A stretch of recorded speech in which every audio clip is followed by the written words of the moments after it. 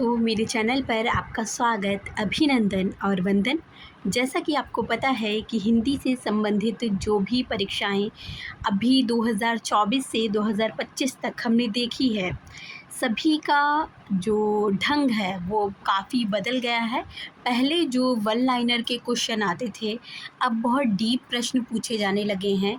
हिंदी गद्य साहित्य के इतिहास के जो प्रश्न बनते हैं वो भी बहुत ही उच्च कोटि के प्रश्न बन रहे हैं। इसलिए हिंदी गद्य साहित्य का इतिहास, जो हिंदी गद्य साहित्य डॉक्टर रामचंद्र तिवारी जी का है, यह पढ़ना अब बहुत आवश्यक हो जाता है। अब वो दौर ऐसा लगता है कि निकल चुका है जब हम पांडे पढ़कर किसी भी परीक्षा को उत्तीर्ण कर सकते हैं या पास कर सकते हैं। तो इसलिए मैंने सोचा कि एक सीरीज़ मैं अपने चैनल पर शुरू करूं, क्योंकि हिंदी गद्य साहित्य का इतिहास एक बहुत ही मोटी पुस्तक है जिसको देखकर ही लोग घबरा जाते हैं, लेकिन बहुत ही सरलता के साथ, बहुत ही टॉपिक वाइज और एक-एक चीज़ को उठाकर रामचंद्र तिवारी ने हिंदी गद्य का साहित्य में अपने बताया है हर एक चीज़। और बहुत ही सामान्य रूप से अगर हम इसको पढ़ते हैं, बहुत ही ईज़ी वे में भी इसको हम समझ सकते हैं। तो इसीलिए एक छोटे टॉपिक्स जो हमारी परीक्षा की दृष्टि से महत्वपूर्ण हैं, जैसे कि हमारा आदि काल हो गया, भक्ति काल हो गया, रीति काल हो गया। इन्होंने बताया है कि जो हमारा गद्य शुरू हुआ वो कहाँ से शुरू हुआ, फिर किस तरह से वो आधुनिक काल में प्रौढ़ता प्राप्त करता है। तो इसलिए आज से हम हिंदी का गद्य साहित्य आदिकाल पढ़ेंगे और फिर उसके बाद में हम भक्ति काल में तो क्या हुआ वो पढ़ेंगे, फिर रीति काल में क्या क्या लिखा गया, फिर उसके बाद में ये सब छोटे टॉपिक्स हैं, आदिकाल, भक्ति काल, रीति काल। उसके बाद में जब गद्य साहित्य शुरू हुआ तो परीक्षा की दृष्टि से जो महत्वपूर्ण है, जो परीक्षा में हमारे सिलेबस में जो चीज़ें इंक्लूड हैं, हम केवल उन पर देख लेंगे, उनको चर्चा कर लेंगे। अभी एचपीएससी का जो एग्ज़ाम हुआ था उसमें आप लोगों ने देखा होगा कि जो पैटर्न था, जो प्रश्नों का पैटर्न था, वो काफ़ी कुछ हिंदी का गद्य साहित्य रामचंद्र तिवारी जी की बुक से आया था। तो इस तरह के अगर प्रश्न अभी फिर से अभी पेपर है कैंसिल हो गया था, तो अगर पूछे जाएँ तो हम उसको एक ईज़ी वे में समझ सकें। यह जो पुस्तक है, इसकी भाषा और उन्होंने किस तरह से इसको प्रस्तुत किया है वो समझ सकें, तो ये हमारे लिए काफ़ी हेल्पफुल रहेगा। तो आज जो मैं वीडियो लेकर प्रस्तुत हुई हूँ वो हिंदी का गद्य साहित्य डॉक्टर रामचंद्र तिवारी जी की जो अद्यतन संशोधित एवं परिवर्धित संस्करण है, उससे लेकर उपस्थित हुई हूँ। आज हम जो पढ़ेंगे वो हिंदी का गद्य साहित्य, जो राम स्वरूप चतुर्वेदी हैं, उन्होंने सबसे पहले इसमें क्या दिया है, सबसे पहले दिया है गद्य और पद्य का स्वरूप कि कैसे साहित्य गद्य बनता है और कैसे साहित्य पद्य बनता है, उसके बारे में बताया है। तो वो हम संक्षिप्त रूप से देख लेंगे। फिर उसके बाद में जो इन्होंने बताया है कि आदिकालीन गद्य कहाँ से शुरू हुआ, कब लिखा गया और गद्य क्यों नहीं लिखा गया, पद्य ही क्यों लिखा जा रहा था आदिकाल में, भक्ति काल में, रीति काल में। और फिर उसके बाद में इन्होंने आदिकालीन गद्य की ये 5 रचनाएं ली हैं और इन पर चर्चा की है। ठीक है, सबसे पहले इन्हीं 5 रचनाओं पर चर्चा की है। कुवलय माला, राउल वेल, उक्ति व्यक्ति प्रकरण, वर्ण रत्नाकर, कीर्ति लता। और इसमें से ही उक्ति व्यक्ति प्रकरण से ही अभी हाल ही में एचपीएससी में एक प्रश्न बना था। ठीक है, अगर उसमें आप थोड़ा सा ध्यान लगाते, उसमें काशी की बात की जा रही थी और काशी की बात आपको पता होगा कि उक्ति व्यक्ति प्रकरण में की गई थी, तब भी आपका सही हो सकता था। लेकिन फिर भी हमें ऑथेंटिक बुक्स पढ़नी चाहिए ताकि हम वहाँ पर बिल्कुल भी कंफ्यूज ना हो। तो आज हम देखेंगे ये 5 रचनाओं के बारे में, प्लस गद्य का स्वरूप और पद्य का स्वरूप। ये बस इतने टॉपिक हम आज देखेंगे। हम चलते हैं अपने मेन टॉपिक पर। ये इस तरह से बुक है, लेकिन कई बार बुक से वीडियो बनाने पर जो क्वालिटीज़ होती है, बहुत जगह नेटवर्क बहुत अच्छा नहीं आता है, तो क्वालिटी जो होती है वो इतनी अच्छी नहीं दे पाता है ये वीडियो अगर हम पेज से बनाते हैं। तो मैंने इसकी एक पीडीएफ बनाई है टाइप करके, तो मैं उससे पढ़ाऊँगी आपको ताकि आपको क्लियर दिखे। ये भूमिका है, 15वां संस्करण है ये मेरे पास और इसी से मैं पढ़ाने जा रही हूँ। ये 2024 में आया था। चलते हैं हम अपने मेन टॉपिक पर। सबसे पहले उन्होंने भूमिका लिखा है। भूमिका के बाद में हिंदी गद्य का स्वरूप और विकास लिखा हुआ है। इसमें आपको ये दो चीज़ें मिलेंगी, वही मैंने अभी बताया था, गद्य का स्वरूप और पद्य का स्वरूप क्या होता है, इन दो बातों पर चर्चा की गई है। तो हम चलिए देखते हैं। साहित्य में गद्य की स्थितियाँ बताया है कि गद्य और पद्य दोनों की स्थिति बताया है कि किस तरह से गद्य और पद्य दोनों होते हैं। पढ़ लेते हैं। साहित्य मानव चेतना की अभिव्यक्ति है। किसकी? मानव की चेतना की अभिव्यक्ति है। चेतना अनुभूति की सघनता, चिंतन की गहनता के समन्वित आधार पर स्वरूप ग्रहण करती है। अनुभूति का संबंध हृदय की संवेदनशीलता से है और चिंतन वस्तुतः की स्थिति बोध के लिए उठने वाली शंकाओं, जिज्ञासाओं तथा प्रश्नों के बौद्धिक समाधान का दूसरा नाम है। क्या बताया है कि जो साहित्य क्या है? साहित्य मानव चेतना की अभिव्यक्ति है। कैसी अभिव्यक्ति है? जब चेतना जो होती है वो अनुभूति की सघनता, मतलब हम इतनी सघन रूप से कोई चीज़ अनुभव करते हैं कि वो क्या हो जाती है, वो चेतना बन जाती है। और चेतना, फिर यहाँ पे देखिए मानव चेतना की अभिव्यक्ति बताया है। फिर अब चेतना क्या है वो बता रहे हैं कि जब अनुभूति बहुत ही सघन हो जाती है तब वो चेतना बनती है। और चिंतन की गहनता के साथ जब यह दोनों के मिश्रण के साथ जब स्वरूप ग्रहण करती है तो क्या बनती है? अनुभूति का संबंध हृदय की संवेदनशीलता से है। अब बता रहे हैं कि जो अनुभूति है उसका संबंध किससे है? हृदय की संवेदना से है। ठीक है, यहाँ पे अगर हम संवेदन शब्द देखेंगे और हो सकता है कि हम रामस्वरूप चतुर्वेदी की तरफ चले जाएं, इसलिए ये लाइन भी आपको अच्छे से ध्यान रखनी है। संवेदनशीलता से है और चिंतन किससे है? वस्तु तत्व के स्थिति बोध के लिए उठने वाली शंकाओं, जिज्ञासाओं तथा प्रश्नों के बौद्धिक समाधान का दूसरा नाम है। चलिए चलते हैं हम अपने मेन टॉपिक पर। और सबसे पहले जो रामचंद्र तिवारी जी हैं उन्होंने भूमिका के बाद सबसे पहले जो गद्य का स्वरूप की स्थिति बताई है। ठीक है, हिंदी गद्य का स्वरूप और विकास बताया है कि उसका स्वरूप मतलब ढांचा कैसा है। ठीक है, स्वरूप का अर्थ है कि ढांचा कैसा है गद्य और पद्य का। तो अब गद्य और पद्य दोनों की स्थिति बताई है सबसे पहले कि गद्य की स्थिति क्या है साहित्य में और पद्य की स्थिति क्या है साहित्य में।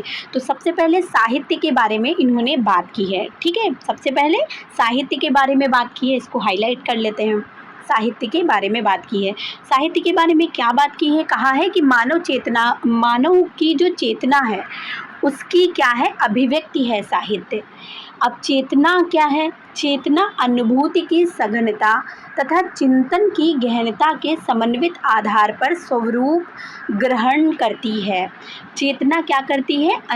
जब चेतना कोई चीज़ हम अनुभव करते हैं और उसकी सघनता हो जाती है, मतलब वो बहुत ही गहनतम रूप से हम अनुभव करते हैं और चिंतन की भी गहनता हो जाती है, तब वो समन्वित रूप धारण कर अनुभूति की सघनता तथा चिंतन की गहनता मिलकर क्या बनती है?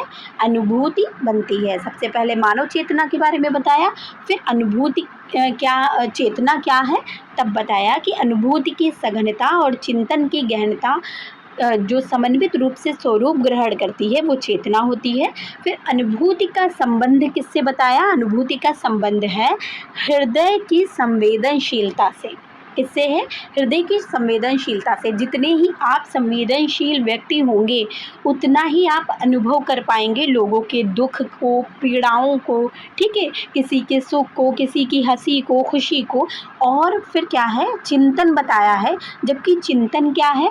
वस्तु तत्व के साथ के स्थिति बोध के लिए उठने वाली शंकाओं, जिज्ञासाओं तथा प्रश्नों के बौद्धिक समाधान का दूसरा नाम है। अनुभूति तो बता दी कि गहनतम मतलब गहन जो हम चीज़ें अनुभव करते हैं वो, और उसका संबंध हृदय से है।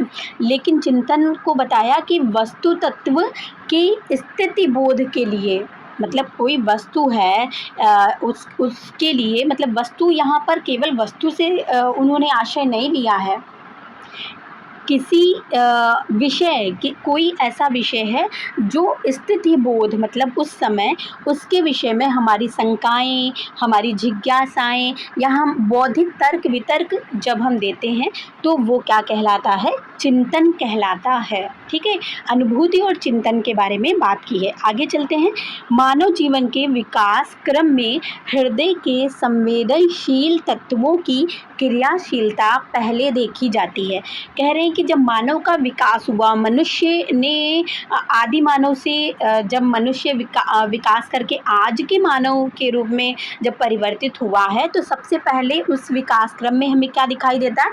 हृदय की संवेदनशीलता सबसे पहले दिखाई देती है। और प्रकृति की भयंकरता देखकर जो आदि मानव है के हृदय में सबसे पहले भय का संचार हुआ होगा। कहते हैं ना, जब आप इतिहास पढ़ेंगे तो इस तरह से बताते हैं कि आदि मानव भय से भय हो, जब पहली बार बारिश देखी होगी तो पहली बार बारिश देखकर भी वो भयभीत हो गया होगा, या पहली बार गड़गड़ाहट देखकर भी भयभीत हो गया होगा। तो प्रकृति की भयंकरता देखकर आदि मानव के हृदय में भय का संचार हुआ होगा।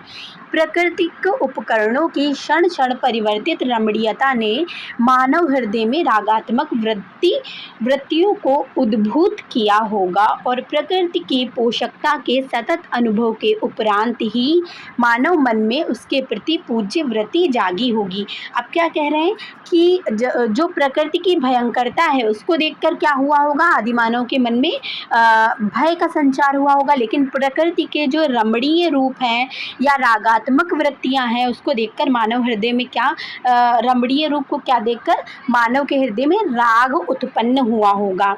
और प्रकृति की पोषकता मतलब प्रकृति का जो पोषण है, जब ये देखकर मानव के मन में क्या अनुभव के उपरांत ही मानव के मन में प्रकृति को पूजने की जो वृत्ति है वो जागी होगी। रामस्वरूप चतुर्वेदी जी हिंदी गद्य के साहित्य का जो विकास है उसमें ये कह रहे हैं। फिर उसके बाद में उन्होंने कहा है कि विकास के दूसरे चरण में मानव ने चिंतन का आधार लिया होगा। ठीक है, पहले चरण में उसने क्या किया? उसने राग को अपनाया, मतलब हृदय तत्व को अपनाया। दूसरे में क्या? बौद्धिकता मतलब मस्तिष्क को अपनाया, चिंतन को अपनाया, बौद्धिकता को अपनाया। उसने व्यक्त जगत के जटिल रहस्यमय रूपों का बौद्धिक समाधान किया होगा। मतलब मानव ने क्या किया होगा कि जो जगत के जटिल रहस्यमय रूप हैं उनका अब क्या वो करने लगा होगा? बौद्धिक मतलब उस पर चिंतन करने लगा होगा। तर्कों की श्रृंखला ने विचारों का क्रम दिया होगा, नीतियों और सूक्तियों ने इन्हें सीमाओं में बांधा होगा और चिंतन अपनी सूक्ष्मताओं में साकार हुआ होगा। इस तरह से जो मनुष्य है पहले वो हृदय तत्वों पर था, अब वो किस पर? बुद्धि तत्व पर आ रहा है। अब वो जहाँ पहले रागात्मक प्रवृत्तियाँ उसमें थी, अब क्या वो चिंतन की ओर आ रहा है। यही चीज़ बताई है। ठीक है, अब क्या बताया है? अब इसमें बताया है कि जो अनुभूति है, चिंतन है, चेतना है, ये दोनों सीमाएं हैं सत्तागत। मतलब जो यहाँ पे देखिएगा आप, हम थोड़ा शॉर्ट वे में पढ़ेंगे।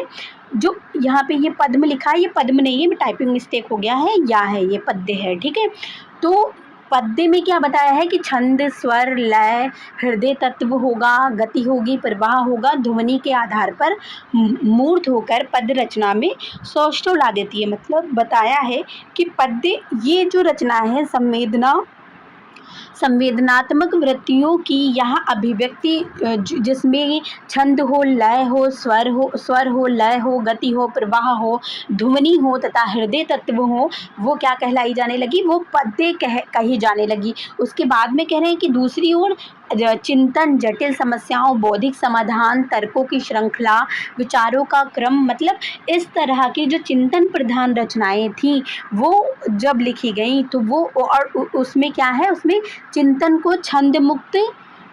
की छंद मुक्त इस अभिव्यक्ति शैली को ही क्या कहा गया? गद्य कहा गया। दोनों की जो डेफिनेशन है वो इन्होंने यहाँ पर दी है। फिर इसके बाद में इन्होंने यहाँ पे ये चीज़ बताई है, इम्पॉर्टेंट है, कि संस्कृत साहित्य शास्त्र में गद्य और पद्य पद्य है ये, ठीक है, कि विभाजक रेखा छंदबद्धता है, मतलब अगर कोई चीज़ छंद में है, ठीक है, छंद में है, जैसे दोहा, चौपाई, इन सब में है तो वो पद्य कहलाया जाएगा। अगर छंद में नहीं है तो फिर वो क्या कहा जाएगा कि वो गद्य कहलाया जाएगा। संस्कृत जो साहित्य शास्त्र हैं उनमें ऐसा लिखा हुआ है। और किस साहित्य की यहाँ पर इन्होंने जो उदाहरण दिया है, साहित्य दर्पणकार अर्थात विश्वनाथ ने कहा है। आपको पता होगा कि साहित्य दर्पण किसने लिखी है? विश्वनाथ ने लिखी है, कि गद्य को वृत्तगंधोजित अर्थात छंदबद्धता रहित, गद्य को कैसे? छंदबद्ध से रहित शब्दार्थ योजना माना है। और इसके 4 प्रकार बताए हैं। कितने प्रकार बताए हैं? 4। अब क्या बता रहे हैं आगे कि जो गद्य है वो कैसा है? छंद से रहित है। उसके बाद में बताया है कि इसके 4 जो प्रकार हैं वो बताए हैं। पहला बताया है मुक्तक, अर्थात जो मुक्त रूप में लिखा जाता है वो गद्य है। दूसरा बताया है वृत्तगंधी। तीसरा बताया है उत्कलिका प्राय। उत्कलिका प्राय, कुछ छूटा तो नहीं है इसमें? उत्कलिका प्राय कुछ अटपटा लग रहा है, सही है ये, ठीक है। उत्कलिका प्राय और चूर्णक, मुक्तक कितने बताए हैं? देखिए हाईलाइट करते हैं इनको, क्योंकि ये PDF अगर आप लोग चाहेंगे तो मैं आपको प्रोवाइड करा दूंगी। उत्कलिका प्राय, मुक्तक, वृत्तगंधी और चूर्णक, ताकि हमें जब हम नोट्स बनाएं तो हमें आसानी हो। मैंने जो भी चीज़ें आपको पढ़ाई है मैं ऐसे हाईलाइट ज़रूर कर देती हूँ, ताकि अगर वो PDF या PPT बाद में हमारे काम आ सके। फिर उसके बाद में है मुक्तक गद्य बंध असमस्त पदों में रचा जाता है। मुक्तक जो है वो कैसा रचा जाता है? जो गद्य है, मुक्तक जो गद्य है वो असमस्त पदों में, मतलब जो चीज़ें गद्य जो रचा जाता है मुक्तक वो किस में लिखा जाता है? मतलब समास रहित होता है, ठीक है।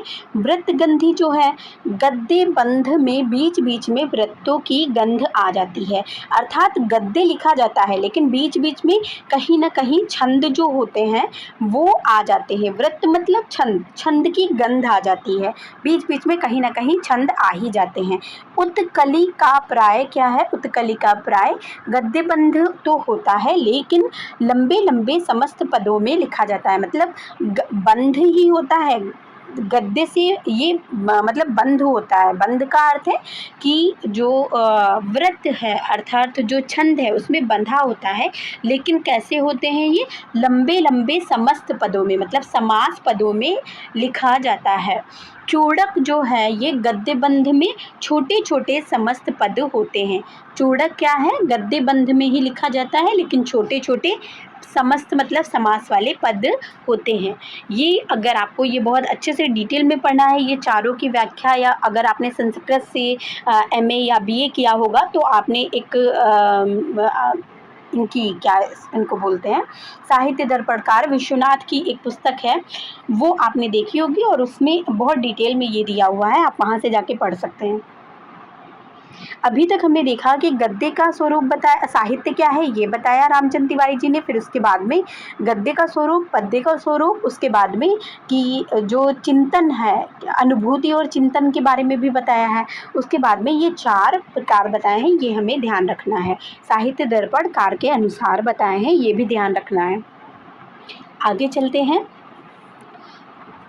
उसके बाद में कहा है कि मानवता के इतिहास में प्रथम चरण में मानव हृदय संवेदनात्मक रागमूलक वृत्तियों का प्राधान्य लेकर चलता है, ठीक है। मानवता के इतिहास के प्रथम चरण में क्या बताया है? प्रथम चरण में क्या? मानव हृदय कैसा? संवेदनात्मक रागमूलक, वही चीज़ बताई है। ज्यों ज्यों जीवन सरल हो जाता है और भावमयता त्याग कर जटिलता की ओर बढ़ता है त्यों तो उसमें विचार तत्व प्रधान हो जाता है। मनुष्य पहले कैसे? पहले मनुष्य भावनात्मक होता है, वो रागात्मक वृत्तियों से जुड़ा होता है। बच्चा भी छोटा होता है तो वो रागात्मक वृत्तियों से जुड़ा रहा होता है, पहले वो उसके अंदर संवेदना होती है अपने माँ बाप इन सब के प्रति। बाद में जैसे जैसे वो बड़ा होता है तब वो चिंतन प्रधान बनता है। इसीलिए बता रहे हैं कि जो शुरू में मतलब आदि काल में जो गद्य है वो क्यों नहीं लिखा गया, पद्य क्यों लिखा गया, क्योंकि तब लोग रागात्मक रूप से लिख रहे थे, चिंतन प्रधान चीज़ें तब नहीं आई थी। इसलिए ज्यों ज्यों उसमें विचार होता है त्यों तो चिंतन की प्रधान चेतना गद्यात्मक शैली में अभिव्यक्त होती है। कह रहे हैं रागात्मक जो चीज़ें होती हैं वो तो पद्यात्मक में अभिव्यक्त हो जाती हैं, लेकिन जो चिंतन प्रधान होती हैं वो गद्यात्मक में अभिव्यक्त होती हैं। अब पद्य का संबंध संवेदना, भाव, राग परकता एवं कल्पना से है और गद्य मूलतः विचार, वितर्क, तर्क, वही चीज़ें फिर से बताई है, तो ये चीज़ हमें स्किप कर देनी है। ठीक है, हमें क्योंकि अपने एग्ज़ाम की तैयारी करनी है और बहुत ही जल्दी करनी है, समझना लेकिन है कि क्या चीज़ें कही हैं। देखिए, वन लाइनर अगर किसी ने बना के दे दिए आपको, रामचंद्र तिवारी के भी आपने बस पढ़ लिया, लेकिन अगर आप एक बार मूल पुस्तक पढ़ लेते हैं ना, तो फिर जब वन लाइनर पढ़ते हैं तो एक कॉन्फिडेंस आपका आता है। तो अगर आपको अपनी तैयारी को बूस्टअप करना है तो फिर आपको मूल पुस्तक पढ़नी ही है। मानवता अनागत भविष्य में कौन सा रूप ग्रहण करेगी, इसके विषय में कुछ भी नहीं कहा जा सकता। मतलब कि बाद में आने वाले समय में हम गद्य का स्वरूप ग्रहण करेंगे या पद्य का, इसके विषय में तो कुछ नहीं कहा जा सकता। यह तो स्पष्ट है कि उसका अतीत राग तत्व प्रधान, लेकिन ये स्पष्ट है कि जो पिछला बीत चुका है उसमें हमने रागात्मक वृत्तियों को ज़्यादा प्रश्रय दिया था। अब पथ हृदय के आग्रह से निर्दिष्ट होता रहा है और आज यह भी प्रत्यक्ष है कि वह बुद्धि तत्वों का आधार लेकर अपना पथ प्रशस्त कर रही है। यहाँ पे मैं आपको समझा दूँ, ज़्यादा डिटेल में पढ़ने की आवश्यकता नहीं है, कि वो कह रहे हैं कि जो बुद्धि तत्व है वो आजकल लोगों का मार्ग प्रशस्त कर रही है, लेकिन आज ऐसा युग है जहाँ हमें समन्वय की नीति को अपनाना आवश्यक है। अर्थात मतलब दोनों का एकाकार करना होगा, अर्थात गद्य और पद्य दोनों की शैली का एकाकार करना होगा। हिंदी का मुक्त छंद अपने स्वरूप में भविष्य का यह रूप छिपाए हुए है। कह रहे हैं कि जैसे वस्तु और व्यक्ति के समन्वय पर बल देने वाला विविध कवि प्रयोग भी आज इसी दिशा की ओर संकेत कर रहे हैं। अर्थात कि वो कह रहे हैं कि आने वाले समय में गद्य लोग लिखेंगे या पद्य की ओर जाएंगे, ये हमें देखिए, आदि काल से रीति काल तक तो केवल पद्य लिखा जा रहा था ना, फिर बाद में गद्य जब लिखा गया तो उसके साथ में पद्य भी लिखा गया, मतलब बराबर लिखा गया। ये नहीं हुआ कि अब गद्य लिखा जाने लगा है तो अब हम गद्य को ही लेकर चलेंगे, अब हम पद्य को ख़त्म कर देंगे, ये तो नहीं हुआ ना। तो दोनों चीज़ लेकर अब चली जा रही हैं, दोनों चीज़ अब लिखी जा रही हैं। तो इसका मतलब है कि हमें समन्वय अपनाना होगा, दोनों को एकाकार करना होगा, दोनों को ही अपने इतिहास के विकास का एक मार्ग देना होगा। और ये भी कह रहे हैं कि कुछ लोग जो हैं वो वस्तु अर्थात विषय अर्थात चिंतन अर्थात गद्य। ठीक है, वस्तु से ही तो विषय और विषय के बाद गद्य, यही तो बताया ना। अभी उधर हमने देखा था व्यक्ति अर्थात संवेदना और संवेदना अर्थात पद्य। ठीक है, तो दोनों का समन्वय लेकर चलने वाले जो कवि हैं वो आज भी कवि प्रयोग कुछ ऐसा कर रहे हैं, उन्होंने ये बताया है। आगे चलते हैं।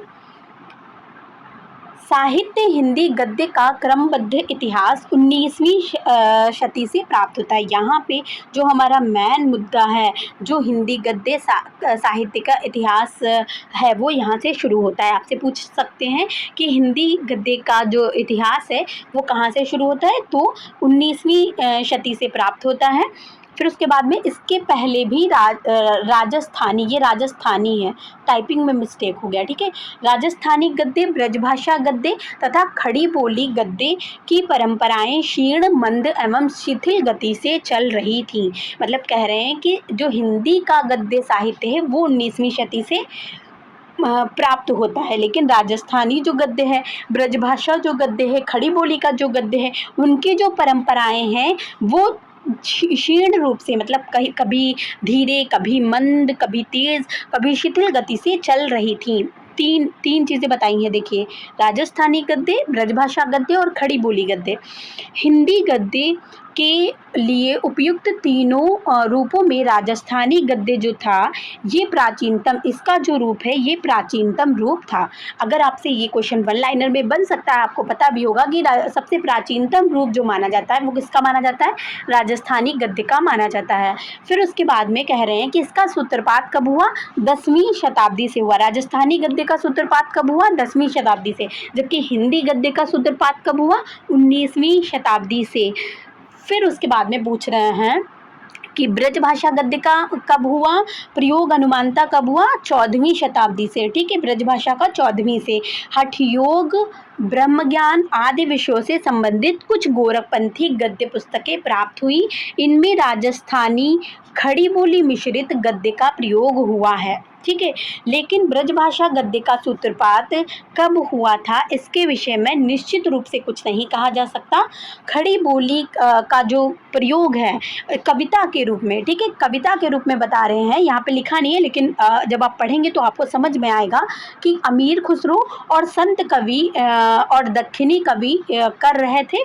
लेकिन जो गद्य का जो प्रयोग है वो सबसे पहले, खड़ी बोली गद्य का जो प्रयोग है वो सबसे पहले हमें कहाँ देखने को मिलता है, खड़ी बोली गद्य की परंपरा पटियाला के राम प्रसाद निरंजनी, भाषा योग वशिष्ठ 1741। आपको पता होगा 1741 भी पता होगा, भाषा योग वशिष्ठ भी पता होगा, लेकिन पटियाला के थे यानी, लेकिन दिया हुआ है तो ये भी पूछा जा सकता है, हो सकता है बदलते पैटर्न के अकॉर्डिंग। आगे चलते हैं।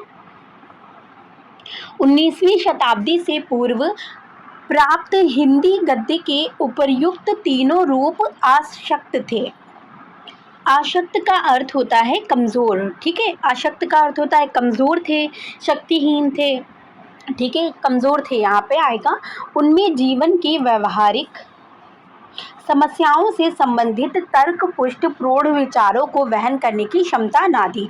मतलब जीवन की जो व्यवहारिक समस्याएं थी उन पर कुछ नहीं लिखा जा रहा था राजस्थानी गद्य में। क्या लिखा जा रहा था, बल्कि राजस्थानी गद्य अपेक्षाकृत अवश्य मतलब समृद्ध समझा जा सकता है, लेकिन बाकी जो दो थे वो तो बिल्कुल भी आशक्त थे, अर्थात कमज़ोर थे। किंतु उसकी समृद्धि भी विवेचन, तर्क, युक्ति, चिंतन, मनन इससे नहीं थी। मतलब इन सूक्ष्म विचारों की सीमा या संस्पर्श नहीं कर सकी थी। मतलब जो राजस्थानी गद्य था वो थोड़ा समृद्ध था इन तीनों की अपेक्षा, लेकिन फिर भी उसमें भी चिंतन मनन ये सब नहीं हो रहा था, बल्कि क्या हो रहा था, हिंदी गद्य इस अप्रौढ़ता के पर्याप्त कारण थे। क्या कारण थे, अपभ्रंश के ध्वंसावशेषों से, मतलब ध्वंस के अवशेषों से निकलकर जब हिंदी साहित्य अपना स्वरूप निर्माण कर रहा था, उस समय मुख्यतः उसे बौद्ध सिद्धों, जैनों, आचार्यों का ही आश्रय मिला था। किसका किसका मिला था, जब हिंदी साहित्य अपभ्रंश, मतलब अपभ्रंश से निकलकर हिंदी बन रही थी तो उसको सबसे पहले किसका सहारा मिला, बौद्ध सिद्धों से और जैनों आचार्यों से मिला उसका आश्रय। बौद्ध सिद्धों तथा जैनों आचार्यों दोनों का संबंध जनजीवन से मुख्यतः धार्मिक दृष्टि से ही था। ठीक है, दोनों का किससे था, इसीलिए आचार्य रामचंद्र शुक्ल ने इसे साहित्य की कोटि में भी नहीं माना है ना। फिर उसके बाद में कहते हैं कि धार्मिक उपदेशों को जनता तक पहुंचाने के लिए इन दोनों ने पद्यात्मक अभिव्यक्तियों को ही मान्यता दी। किसकी मान्यता दी, यहाँ पे बता रहे हैं कि पद्य ही क्यों लिखा जा रहा था, वही चीज़ बता रहे हैं। आगे चलते हैं।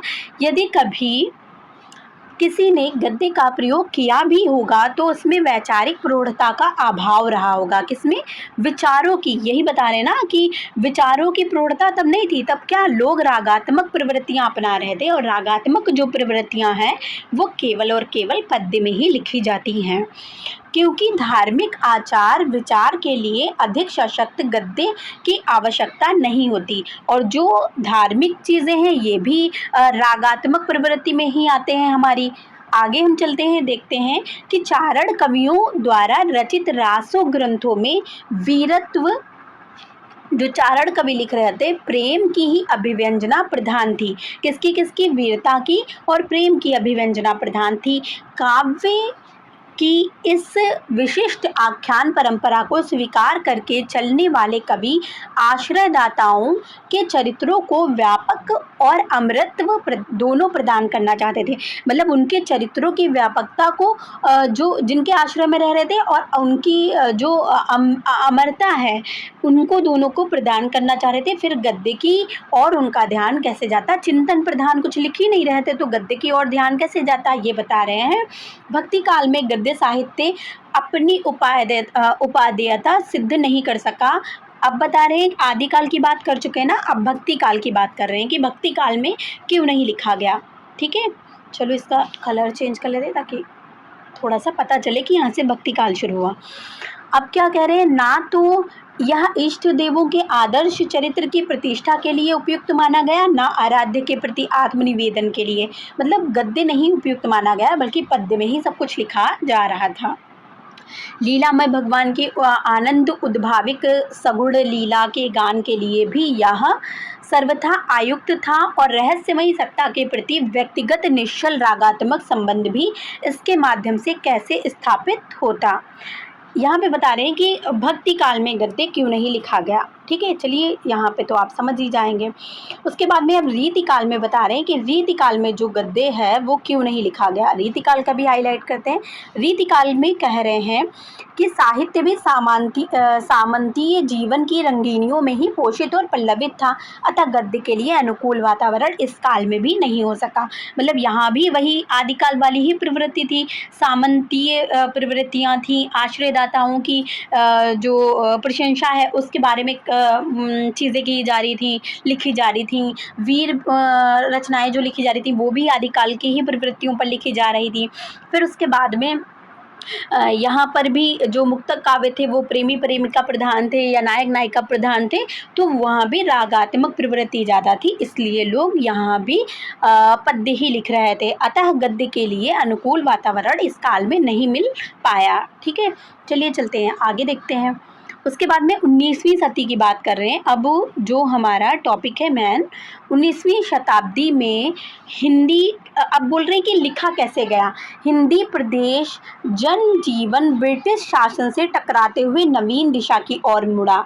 किसके जनजीवन ब्रिटिश शासन से टकराते हुए नवीन दिशा की ओर मुड़ा और जीवन में बौद्धिकता का प्रवेश हुआ। अब किस चीज़ का प्रवेश हुआ है जीवन में? अभी तक तो हम लोग धर्म और नायक नायिका इन सब चीज़ों के लिए लिख रहे थे, या तो रागात्मिकता या तो अपने आश्रयदाता की प्रशंसा।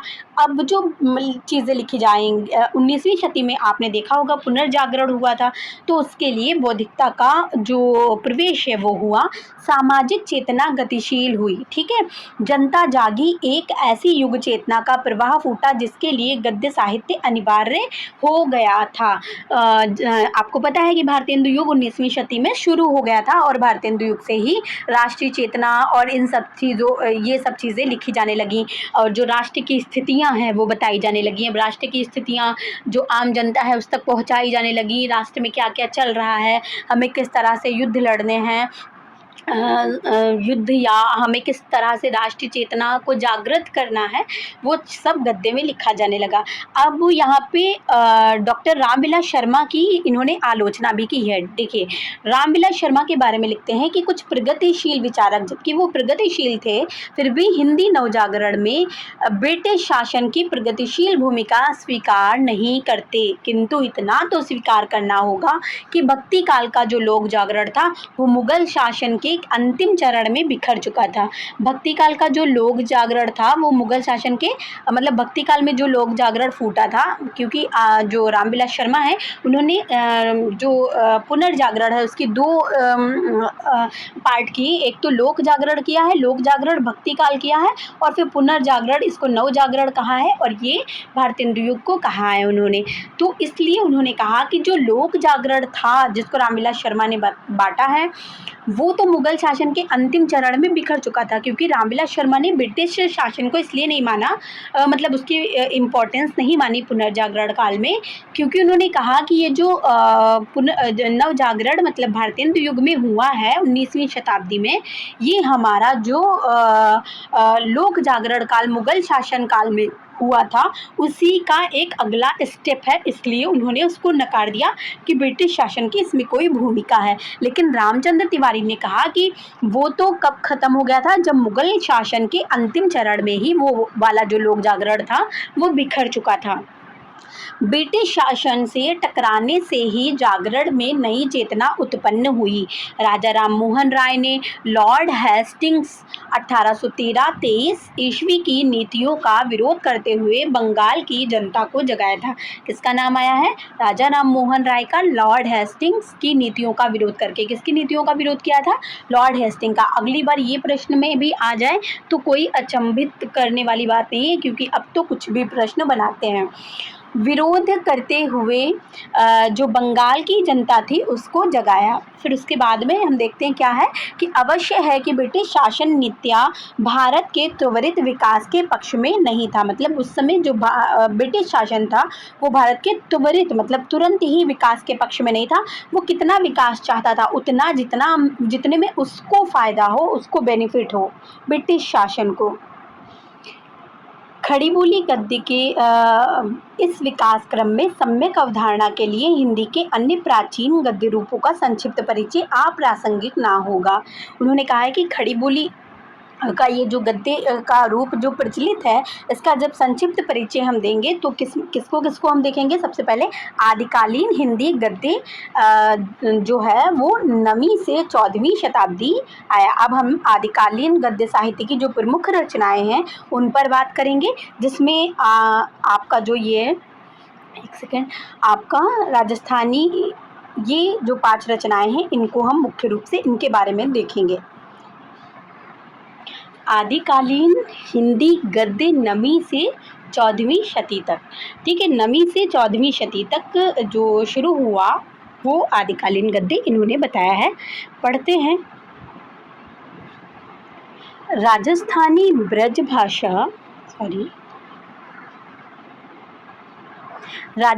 ब्रज भाषा तथा खड़ी बोली 3 बताया ना। राजस्थानी सबसे प्राचीनतम बताया और इसका समय कितना बताया है, ब्रज भाषा का समय कितना बताया और खड़ी बोली का समय कितना बताया। तीनों आप कमेंट बॉक्स में कमेंट करिए। इसके बाद हम प्रश्नोत्तरी भी लगाएंगे, लगभग 10-15 प्रश्न लगाएंगे। जो भी इससे बन पड़ेंगे वो हम प्रश्नोत्तरी भी लगाएंगे अंत में। खड़ी बोली के गद्य रूपों को अलग अलग परिचय देने के पूर्व आवश्यक है कि हम हिंदी के आदिकालीन गद्य की स्थिति और स्वरूप पर विचार कर लें, क्योंकि यह गद्य प्रवृत्ति सभी गद्य रूपों की पृष्ठभूमि प्रस्तुत करता है। क्यों आदिकालीन गद्य को जानना अति आवश्यक बताया उन्होंने कि यही जो आदिकालीन गद्य है, यही गद्य हिंदी के जो परवर्ती बाद में जो लिखे गए हैं उनकी पृष्ठभूमि तैयार करता है। आदिकालीन गद्य के स्वरूप विकास की सूचना देने वाली प्रमुख कृतियां जो हैं वो निम्नलिखित है। मतलब आदिकालीन जो पृष्ठभूमि तैयार होती है उनकी जो कृतियां हैं वो ये 5 कृतियां दी हुई हैं, इन्होंने दी हैं। सबसे पहली जो कृति है वो कौन सी है? कुवलय माला और इसका समय दिया है 9वीं शताब्दी। दूसरी है राउल वेल और इसका समय दिया है 11वीं शती। तीसरी है उक्ति व्यक्ति प्रकरण 12वीं शती इसका दिया है समय। और वर्ण रत्नाकर 14वीं शती, कीर्तिलता 14वीं शती। ठीक है, तो सबसे पहले हम कुवलय माला कथा के बारे में देखेंगे। कुवलय माला कथा उद्योतन सूरी किसकी रचना है? उद्योतन सूरी की। वन लाइनर में आपने पढ़ा होगा। 835 में लिखी गई रचना है। आचार्य हजारी प्रसाद द्विवेदी ने इसके बारे में कहा है कि 9वीं शती, क्या कहा है कि 9वीं शती के कुवलय माला कथा में कुछ ऐसे प्रसंग हैं जिनमें बोलचाल की तत्काल प्रचलित भाषा के सुंदर नमूने आ गए हैं। आचार्य हजारी प्रसाद द्विवेदी ने क्या कहा है कि 9वीं शती की जो कुवलय माला है 835 अर्थात 9वीं शती की है कि जो शताब्दी की कुवलय माला कथा है इसमें कुछ ऐसे प्रसंग भी हैं जो कैसे बोलचाल की तत्कालीन जो भाषा है उसके नमूने हमें मिलते हैं।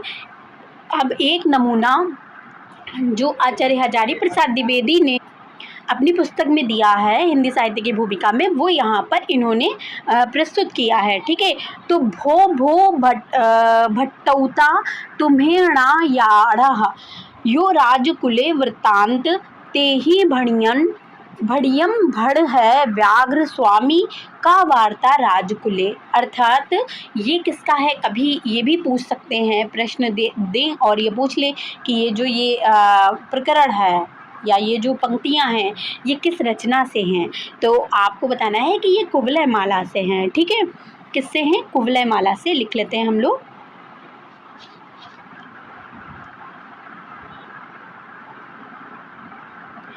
ऊपर चला गया, वरना लिखने की आवश्यकता नहीं थी। ठीक है, चलिए आगे चलते हैं। आगे आगे दो और पंक्तियां दी हैं कि तीर्ण भड़ियम कुवलाय माला।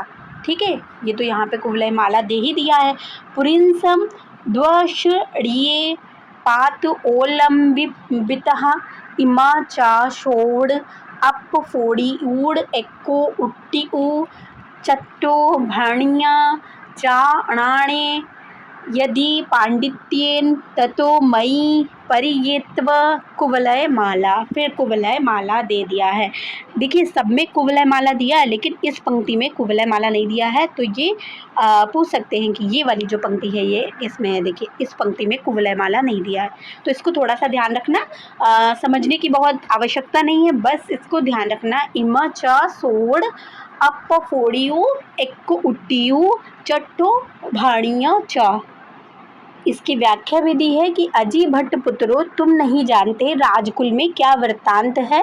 उन्होंने कहा, कहो हे व्याघ्र स्वामी, क्या वार्ता है राजकुल में।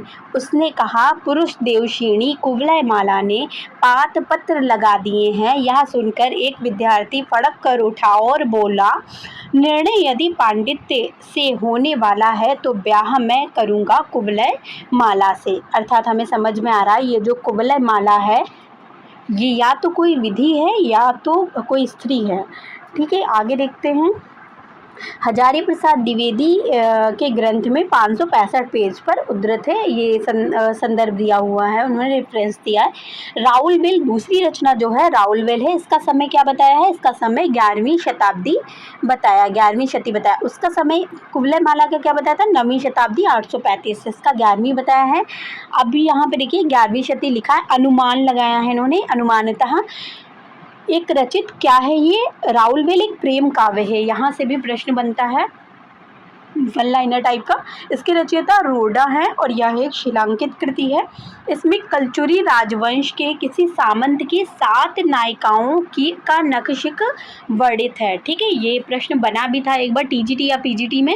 इसमें गद्य अंत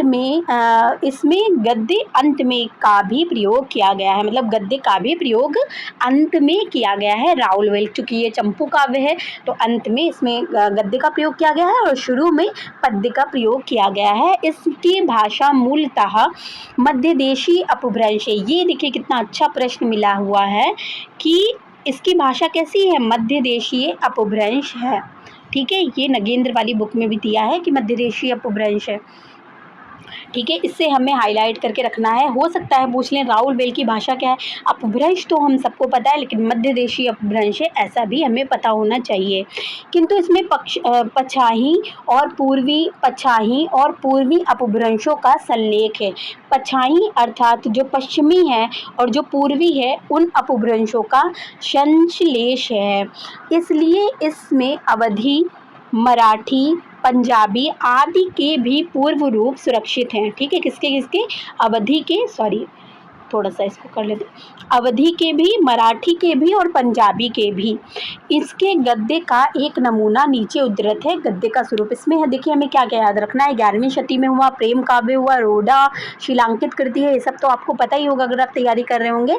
और ये नई चीज़ है कि मध्य अपभ्रंश, पछाई और पूर्वी, पंजाबी, फिर अवधी और मराठी, इन 3, अवधी, मराठी और पंजाबी, इन 3 भाषाओं के पूर्व रूप भी इसमें सुरक्षित हैं। ये पूछ सकते हैं कि किसमें सुरक्षित है। फिर उसके बाद में है गॉड तुहू एकू को पनु और वरकारी कोई तई सहू भई बोली। हाईलाइट कर लेते हैं।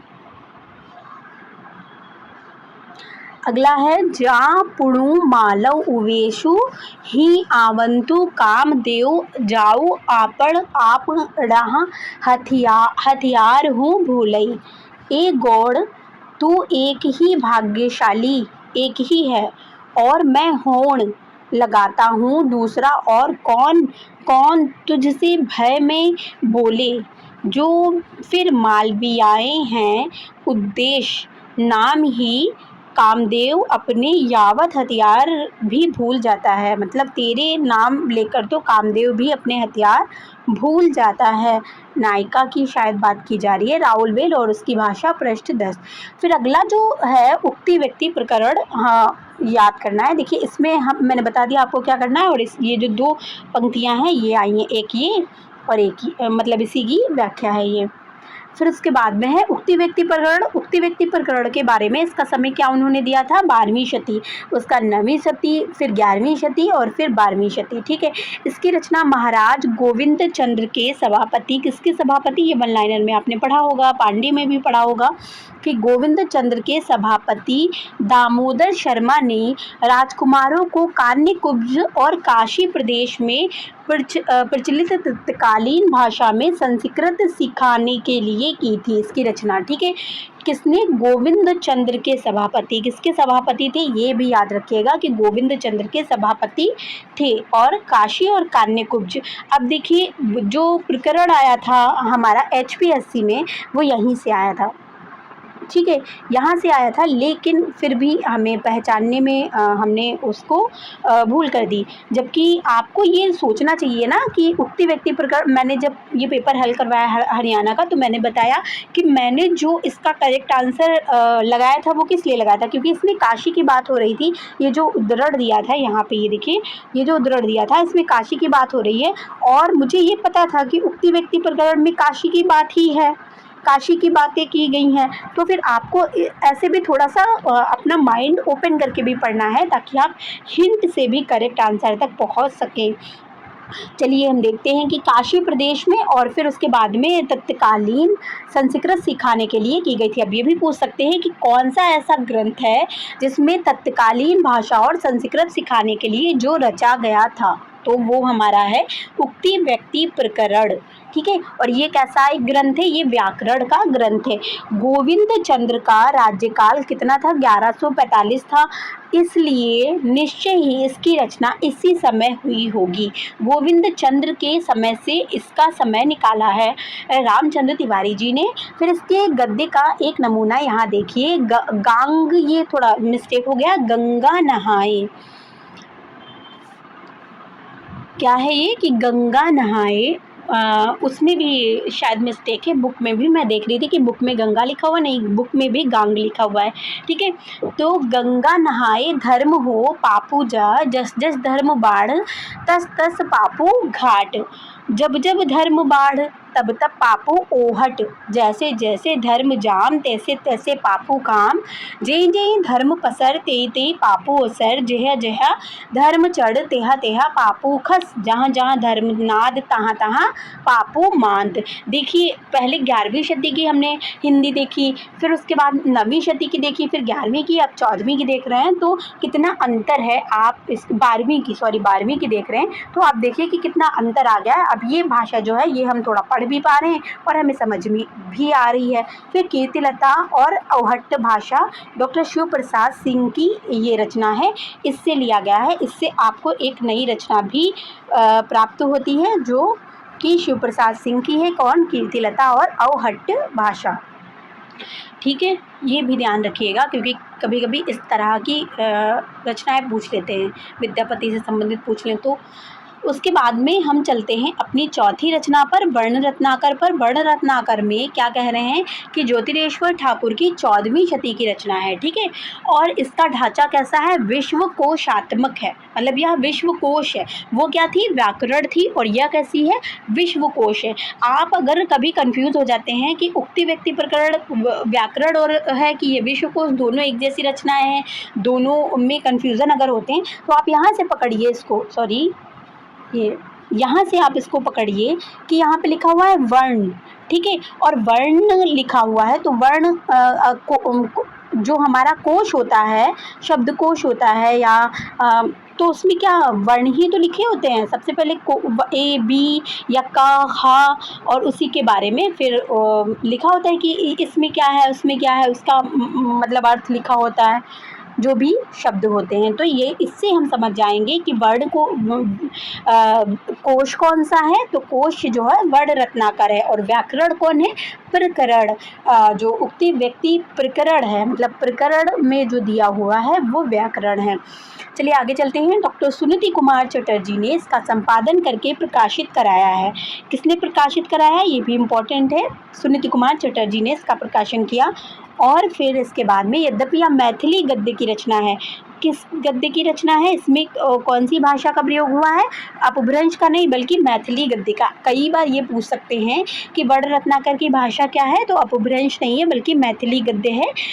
किंतु इसमें प्रयुक्त शब्दों को देखकर ऐसा लगता है कि तत्कालीन गद्य कृतियों में तत्सम शब्दों के ग्रहण और प्रयोग की प्रवृत्ति बढ़ी थी। तत्सम अर्थात जो संस्कृत के समान है, उनकी प्रवृत्ति भी बढ़ रही थी। इसके गद्य का एक नमूना नीचे लिखा हुआ है। क्या लिखा हुआ है, उज्ज्वल कोमल लोहित सम सुंतल सालंकार पंचगुण संपूर्ण चरण आ कठिन सुकुमार गज हस्त प्राय जान युगल पीत मांसल कूर्म पृष्ठाकार श्रोणी गंभीर दक्षिणाव्रत मंडलाकृति नाभि शीर्ण सुकुमार वलित तिनि गुणे। देखिए इसकी जो भाषा है, जबकि ये 14वीं शताब्दी की रचना है, इसकी भाषा और सरल, अगर हम भाषा के सिद्धांतों पर बात करें, भाषा सरल से कठिन से सरल की ओर जाती है, लेकिन यहाँ पर भाषा कैसी हो गई, बल्कि और भी ज़्यादा कठिन हो गई। क्यों कठिन हो गई, क्योंकि यहाँ पर तत्सम शब्दों की जो प्रयोग की प्रवृत्ति थी वो बढ़ रही थी, इसलिए जो भाषा है वो कठिन हो गई। ठीक है, यहाँ पे थोड़ी सी कठिन भाषा हमें दिखाई देती है, इसको भी हम हाईलाइट करते हैं। ठीक है, तो हमने केवल 5 ही रचनाएं पढ़ी हैं, ये हमारी अंतिम रचना है, नहीं अभी हमारी कीर्तिलता भी बची है। समन्विति पुष्टि ग्राह्य वैकन्य श्याम सदृश सुकुमार सूक्ष्म सुवोश दीर्घ 6 गुणे संपूर्ण कोमलता, ये भी आदिकालीन हिंदी का गद्य साहित्य पृष्ठ 189। फिर इसके बाद में है कीर्तिलता, और कीर्तिलता अंतिम हमारी रचना है, जो आज का हमारा ये टॉपिक है यहीं पे समाप्त हो जाएगा।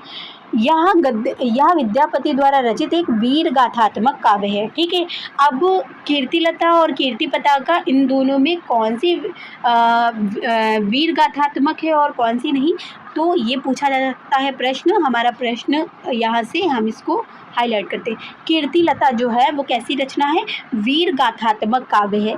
इसमें विद्यापति ने अपने आश्रयदाता कीर्ति सिंह का कीर्तिगान किया है। ठीक है, कीर्तिलता में किसका गान किया है, कीर्ति सिंह।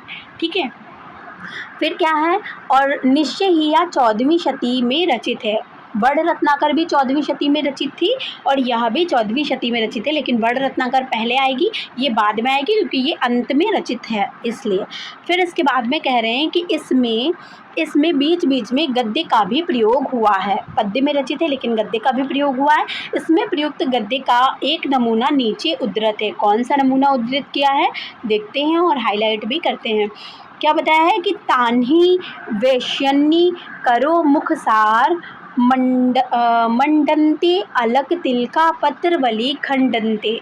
क्या बताया है, तान्ही वेश्यन्ही करो मुखसार मंडनते अलक तिलका पत्रवली खंडयन्ते दिव्यांबर पिंधन्ते उभारी उभारी केशपास बंधन्ते सखिजन प्रेरन्ते हसी हेरन्ते स आनी लानूमि पातरी पतोरी तरुणी तरट्टी वन्ही वि अप खड़वड़ी परिहास्य पेशणी सुंदरी सार्थ जबे देखिया तबे मन करे तेसरा लागी तीनू उपेक्षिया। ठीक है, यहाँ पे एक चीज़ हमें देखिए, इसका अर्थ तो पूछ नहीं रहे ना, हमें इसे पहचानना है। हो सकता है कभी एक लाइन दे दिया जाए और पूछ लिया जाए। तो देखिए यहाँ पे तिनहनी, फिर आधा ना और हा बना है, फिर उसके बाद में आधा ना, मतलब हर शब्द में जो अंत में हर पंक्ति में आधा ना और ता, आधा ना और ता या आधा ना और हा हर पंक्ति में है। ठीक है, तो इसलिए इसमें नहीं है, तो ये थोड़ा सा अलग से हाईलाइट करने की ज़रूरत है। पता चले यही उठा के पूछ दे तो हम वो आधा नाम वाली सारी हमारी फेल हो जाएगी। तो इसलिए इसमें क्या है, जब देखी तबे मन करे, तीसरा लागी तीनों उपेक्षिया। ठीक है, तो ये किससे लिया गया है, ये हमारा कीर्तिलता से लिया गया है। हमें ये याद रखना होगा, क्योंकि इस तरह के प्रश्न अब बन रहे हैं, तो हमें भी इस तरह से पढ़ना होगा। वे वेश्याएँ मुख को सार चंदन लेपादि से मंडन करती हैं, अलकों में तथा कपोल स्नादि पर कुमकुम चंदन आदि से पत्रावली चित्र बनाती हैं, दिव्य वस्त्र धारण करती हैं, उभार उभार कर केश पास बांधती हैं, दूतियों को प्रेरित करती हैं कि वे नायक के पास जाएं, हंसकर देखती हैं। तब उन सयानी लावण्यमयी पतली कृष्णोदरी तरुणी प्रागल्भा सुंदरी नायिकाओं को देखकर इच्छा होती है कि तीसरे पुरुषार्थ के लिए अन्य तीनों को छोड़ दिया जाए। मतलब पुरुषार्थ, तीसरा पुरुषार्थ क्या है, काम, धर्म अर्थ काम और मोक्ष, 4 पुरुषार्थ हैं। मतलब काम के लिए धर्म अर्थ और मोक्ष, इन तीनों को छोड़ दिया जाए और केवल किसको पकड़ लिया जाए, काम को पकड़ लिया जाए, ऐसी इच्छा होती है। फिर उसके बाद में ये किसमें है, कीर्तिलता और अवहट्ट भाषा, और ये किसकी रचना है, शिव प्रसाद सिंह की रचना है। ये भी हमने देखा था। अब हमारा जो वीडियो है ये अंतिम पड़ाव की ओर जा रहा है, और इसमें ही हमारा ये टॉपिक है खत्म हो जाएगा कि उपयुक्त पद्य गद्य कृतियों के अतिरिक्त जैन लेखकों द्वारा 13वीं शती की जैन लेखकों के द्वारा 13वीं शती की लिखी हुई कई धार्मिक एवं कथात्मक गद्य रचनाएं भी उपलब्ध मिलती हैं, किंतु आदिकालीन गद्य की प्रकृति को समझने के लिए उनका अलग से कोई महत्व नहीं है। ठीक है, जैन लेखकों की रचनाएं हमें मिलती तो हैं गद्य साहित्य में, लेकिन वो धार्मिक मिलती हैं, इसलिए उनका कोई विशेष महत्व नहीं है। ये अगर आपको यहाँ से यहाँ तक दे दिया जाए तो आपसे पूछा जाए कि ये किसने कहा है, तो हम बिल्कुल ये लगा देंगे कि आचार्य रामचंद्र शुक्ल ने कहा है। इसलिए इसको थोड़ा सा, इस वाले पॉइंट को थोड़ा सा ध्यान से पढ़ने की आवश्यकता बनती है। ठीक है, देख लेते हैं, इसको हाईलाइट कर लेते हैं। आप लोग को आवश्यकता हो तो ये जो मेरी PDF है ये मैं आपको प्रोवाइड करा दूंगी, ताकि आपको बाद में नोट्स बनाने में दिक्कत ना हो। फिर उसके बाद में निश्चय ही उपयुक्त गद्य रचनाओं में परवर्ती हिंदी गद्य का पूर्व रूप विद्यमान है। निश्चय ही उपयुक्त जो ऊपर दी हुई हैं उन गद्य रचनाओं में जो बाद का परवर्ती हिंदी गद्य रूप है वो विद्यमान है। तत्सम शब्दों का प्रयोग की प्रवृत्ति का बढ़ना, संश्लिष्ट पदों के स्थान पर विश्लिष्ट पदों के प्रयोग को विशेष महत्व देना, विभक्तियों का लोप और परसर्गों का प्रयोग, बाहुल्य कृदंतों और क्रियापदों के निर्माण की प्रवृत्ति, संयुक्त क्रियाओं के प्रयोग में वृद्धि, ध्वनि परिवर्तन के अंतर्गत स्वर संकोचन की प्रवृत्ति बढ़ना आदि ऐसी विशेषताएं हैं जो परवर्ती हिंदी गद्य में विकसित होकर उसे स्वतंत्र भाषा का रूप प्रदान करती हैं। ये वाली जो लाइन है ये भी हाईलाइट करने की आवश्यकता है, क्योंकि भाषा जहाँ शब्द आएगा वहाँ आपको लगेगा कि ये डॉक्टर रामविलास शर्मा का कथन है। ठीक है, तो ये थोड़ा सा समझने की आवश्यकता है। बाकी इस तरह के प्रश्न इतना तो बनते नहीं है, लेकिन अब क्या ही करें। अपभ्रंश, अवहट्ट या पुरानी हिंदी की उपर्युक्त गद्य रचनाओं में जो विशेषताएं, किसमें, अपभ्रंश में, पुरानी हिंदी में, किसमें बात की है कि अपभ्रंश या अवहट्ट में या पुरानी हिंदी की उपर्युक्त गद्य रचनाओं में वे जो विशेषताएं लक्षित होती हैं वे कम या अधिक पश्चिमी, मध्य देशी या पूर्वी सभी क्षेत्रों की रचनाओं में लक्षित होती हैं। मतलब यहाँ की अब सभी रचनाओं में लक्षित होती हैं, किंतु आगे चलकर क्षेत्रीय विशेषताओं के बढ़ने से इनके आधुनिक रूप अलग अलग हो गए। मतलब बाद में आधुनिक रूप जो थे वो मराठी, गुजराती, बंगला, मगधी और मागधी, राजस्थानी, ब्रजभाषा, खड़ी बोली, अवधी आदि में ढल गए। हिंदी क्षेत्र की सभी बोलियों का विकास भी एक साथ नहीं हुआ। जो हिंदी के क्षेत्र की बोली थी उनका भी विकास एक साथ नहीं हुआ। राजस्थानी और खड़ी बोली का उदय साथ साथ हुआ। किसका, राजस्थानी और खड़ी बोली का। साहित्यिक दृष्टि से ब्रजभाषा पहले लोकप्रिय हुई, उसका अवधी मिश्रित रूप मध्य देश की काव्य भाषा के रूप में सर्वमान्य हुआ। सबसे पहले कौन सी ब्रजभाषा काव्य के रूप में फेमस हुई? ब्रजभाषा।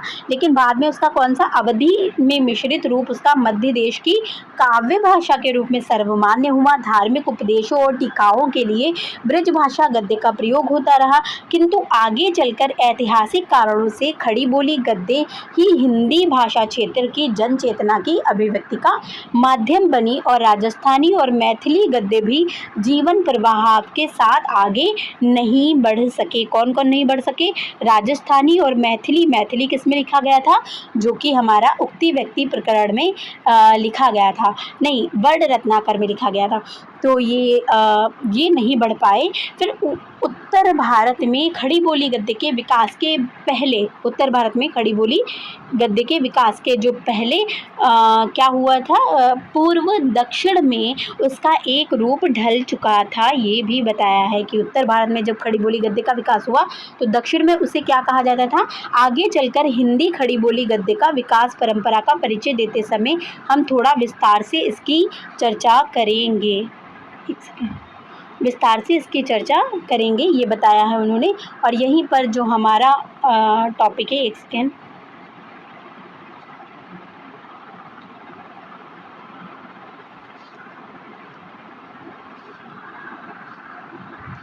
हमारा जो विषय है वो यहीं तक समाप्त हो जाता है। और अब हम चलेंगे अपनी प्रश्नोत्तरी पर। या मैं एक ऐसा काम करती हूँ कि मैं प्रश्नोत्तरी आपको कल अगले वीडियो में कराऊंगी, क्योंकि वीडियो काफ़ी लंबा हो जाएगा, 52 मिनट का हो गया है। तो मैं अगले वीडियो में आपको प्रश्नोत्तरी कराऊंगी, ठीक है। दूसरी पीपीटी है वो मुझे ओपन करनी पड़ेगी। चलिए, आपको कैसा लगा ये सेशन छोटा सा? और इसमें हम चूँकि हमें समझना था उनकी भाषा को, उनकी प्रवृत्ति को, उनकी पृष्ठभूमि को, रामचंद्र तिवारी जी की पृष्ठभूमि को हमें समझना था, मतलब उनके जो लेखन की पृष्ठभूमि रही है उसको समझना था इस पुस्तक की। तो इसलिए हमने डिटेल में काफ़ी पढ़ा। अब हम जो चीज़ें हाईलाइटेड हैं बस उन्हीं पर थोड़ा बातचीत करेंगे, समझेंगे। और हम इस तरह से देखेंगे कि हम 10-15 दिनों में, क्योंकि अभी HPSC आज 20 जून है, तो 20 जून के बाद में HPSC अभी उसका कुछ कहा नहीं जा सकता, क्योंकि वैसे तो अगस्त में हमारा जो एग्ज़ाम था, मेन एग्ज़ाम था, लेकिन अब डेट तो 1 महीना जब इसकी ही बढ़ गई है तो उसकी भी आगे जाएगी। तो हो सकता है कि जुलाई के फर्स्ट वीक में हमारा एग्ज़ाम हम कयास लगा सकते हैं कि करा लें। तो इसलिए हम बस तब तक ही छोटे छोटे टॉपिक्स लेकर आएंगे, लगभग 1 घंटे की वीडियो या आधे घंटे की वीडियो बना के कुछ छोटे छोटे टॉपिक्स पढ़ लेंगे जो ज़्यादा हाईलाइटेड होंगे, बस उन्हीं को पर हम चर्चा करेंगे। आपको कैसी लगी ये चर्चा और कैसा लगा ये वीडियो, आप हमें कमेंट बॉक्स में ज़रूर बताइए, ताकि हमें भी एक मोटिवेशन मिले अगला वीडियो बनाने के लिए। मिलते हैं बहुत जल्द अगली वीडियो के साथ, अगले टॉपिक के साथ। और प्रश्नोत्तरी जो मैं लाऊंगी उसको हल करना आप बिल्कुल मत भूलिए। और मिलते हैं बहुत जल्द। धन्यवाद। हाँ, लाइक, शेयर और सब्सक्राइब कर लीजिएगा। जब सब्सक्राइबर थोड़ा बढ़ते हैं तो अच्छा लगता है कि हमारे साथ कुछ और लोग भी जुड़ गए हैं, कुछ और लोग भी हमारे साथ अपनी तैयारी को प्रौढ़ता प्रदान कर रहे हैं। इसलिए आप लोग सब्सक्राइब करना बिल्कुल भी ना भूलें और शेयर कर दीजिएगा ज़्यादा से ज़्यादा लोग, जिससे लाभान्वित हों। धन्यवाद।